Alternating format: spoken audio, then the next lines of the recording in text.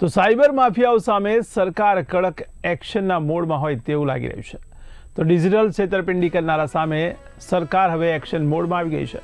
તો સાયબર માફિયાઓ સામે સરકારે મધરાતે મોટો નિર્ણય લીધો છે। તો ગૃહ રાજ્યમંત્રી હર્ષ સંઘવીએ મોડી રાત્રે બેઠક બોલાવી હતી। તો રાજ્યના તમામ ઉચ્ચ પોલીસ અધિકારીઓ સાથે ઇમરજન્સી બેઠક બોલાવવામાં આવી હતી। તો વિડીયો કોન્ફરન્સના માધ્યમથી આ બેઠક યોજવામાં આવી હતી।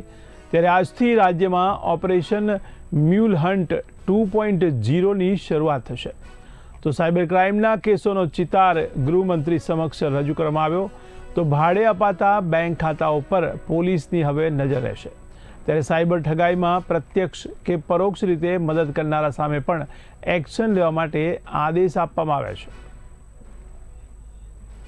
તમારા એસોસિએટ એડિટર ઉમંગ સોની ફોન લાઈનથી જોડાયા છે। જી ઉમંગભાઈ, ત્યારે મોડી રાત્રે ગૃહમંત્રીએ બેઠક બોલાવી છે।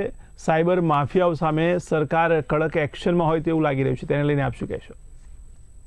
જયેશભાઈ, તમને જણાવી દઉં કે ગઈકાલે મોડી રાતથી તમામ મીડિયાવાળાઓ સચેત થઈ ગયા હતા કે ગાંધીનગર ખાતે હર્ષ સંઘવી સાહેબે જે મીટિંગ બોલાવી હતી હાઈ લેવલની, એમાં ડીજી સાહેબ હાજર હતા અને બીજા ઉચ્ચ અધિકારી હાજર હતા ગૃહ વિભાગના, તેમજ ગુજરાતના તમામ એસપી, ડીઆઈજી, આઈજી અધિકારીઓ, પોલીસ કમિશનરો વિડીયો કોન્ફરન્સ જોડાતા અને એક ખાસ મેસેજ આપવાના હતા।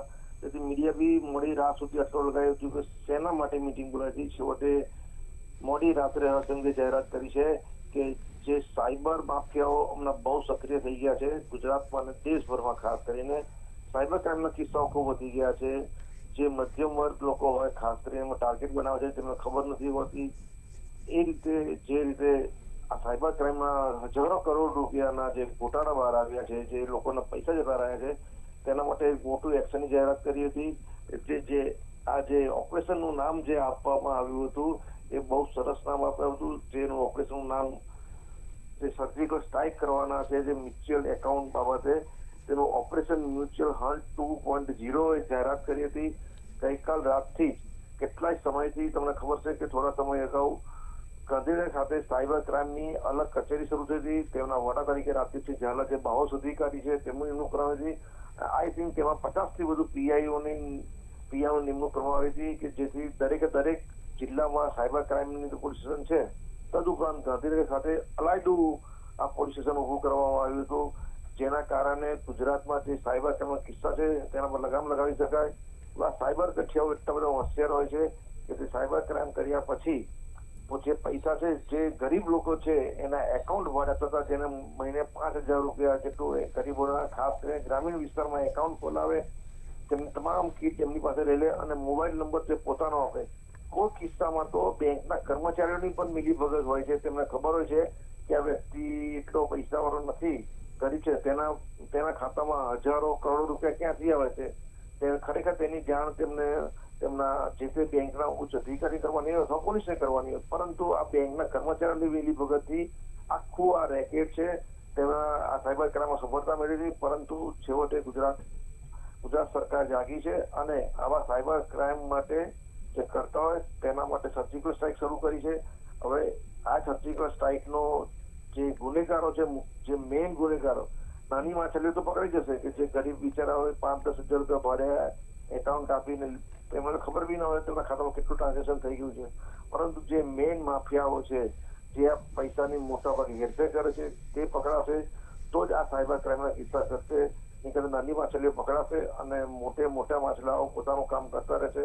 હવે સર્જિકલ સ્ટ્રાઇક જે શરૂ કરી છે તેનું પરિણામ આ એક વીકમાં જોવા મળશે। જો પરિણામ સકારાત્મક આવશે તો ગુજરાતના કરોડો રૂપિયા જે સાયબર ક્રાઇમ લોકો જે કરે છે તે હટવી જતા હતા, તેના ખાતામાંથી પૈસા ખલાસ થઈ જતા હતા, પૈસાની ઉઠાણ કરી થતી હતી, સાદી ભાષામાં કહીએ તો તેવા લોકો સામે શું કાર્યવાહી થશે અને જો આની અસરકારક કાર્યવાહી થશે તો ગુજરાતના હજારો કરોડ રૂપિયા બચી જશે। જી, સમગ્ર માહિતી બદલ આપનો આભાર। તો સાયબર માફિયાઓ સામે સરકાર કડક એક્શનમાં આવી ગઈ હોય તેવું લાગી રહ્યું છે। ત્યારે ડિજિટલ છેતરપિંડી કરનારા સામે સરકાર હવે એક્શન મોડમાં છે। તો સાયબર માફિયાઓ સામે સરકારે મધરાત્રે જ મોટો નિર્ણય લીધો છે। તો ગૃહ રાજ્યમંત્રી હર્ષ સંઘવીએ મોડી રાત્રે બેઠક બોલાવી, જેમાં રાજ્યના તમામ ઉચ્ચ પોલીસ અધિકારીઓ સાથે ઇમરજન્સી બેઠક કરવામાં આવી।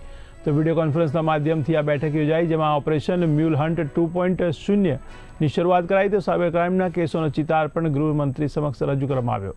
તો ભાડે અપાતા બેંક ખાતાઓ પર પોલીસની હવે નજર રહેશે. ત્યારે સાયબર ઠગાઈમાં પ્રત્યક્ષ કે પરોક્ષ રીતે મદદ કરનારા સામે એક્શન લેવા માટે પણ આદેશ અપાયા છે.